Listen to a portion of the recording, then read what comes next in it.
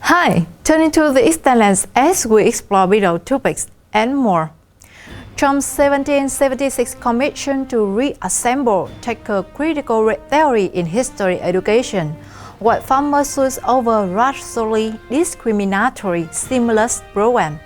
Oregon first state to require vaccination proof for maskless entry into businesses, workplaces, and churches. California county's order requires businesses to track COVID-19 vaccination status of all employees. Tulsi Gabbard demands Chicago mayor resign for blatant anti-white racism. Welcome back to the Eastern Lens. I'm your host Katherine Dang. We will be posting exclusive episodes daily you can only find in the Eastern Lens. So we invite you to like and subscribe. And let's start today by talking about Trump's 1776 Commission to Reassemble take a critical theory in history education. Members of the 1776 Commission, which President Joe Biden disbanded on his first day in White House, are reportedly set to meet again with a renewed focus on combating the teaching of U.S. history based on the Marxist critical theory.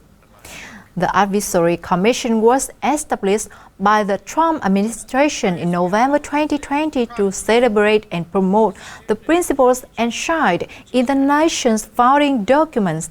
It is commonly seen as a response to the New York Times' controversial 1619 project, which accused that the United States was founded as and remains today a racist nation.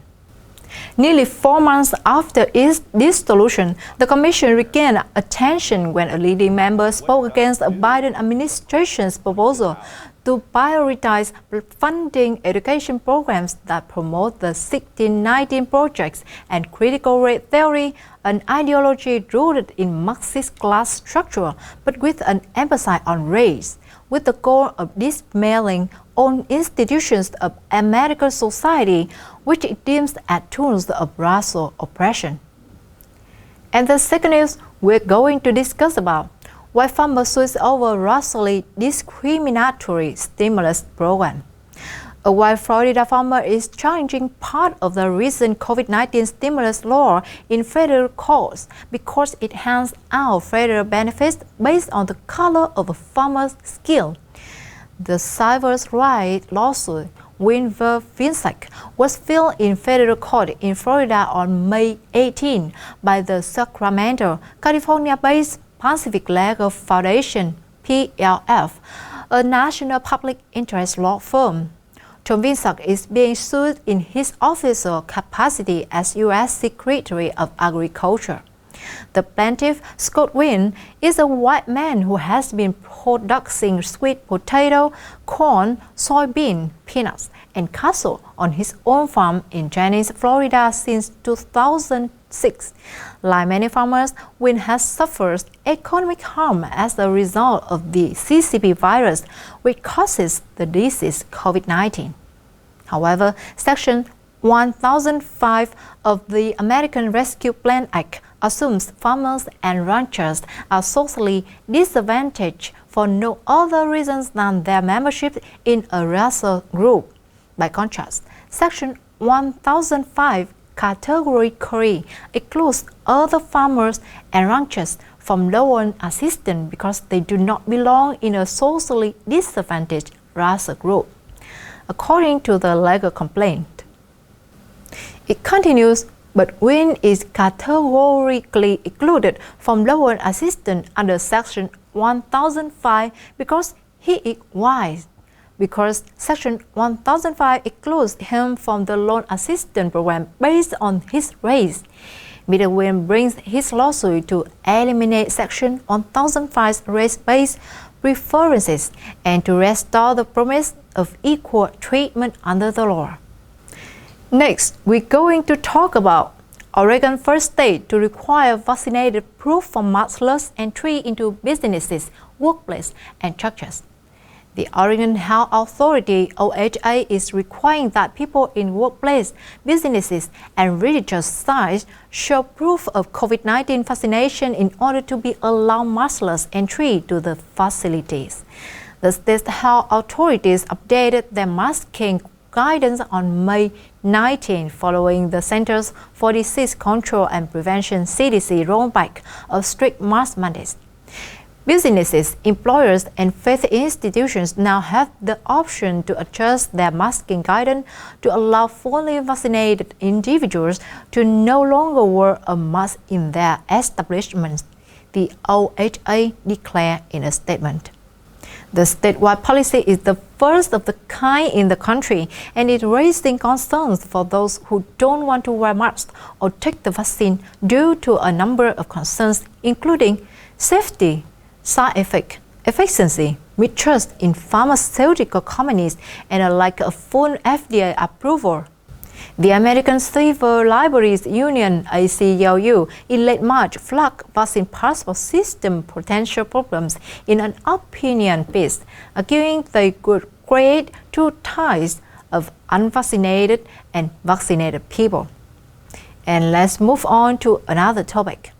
California county's order requires businesses to track COVID-19 vaccination status of all employees.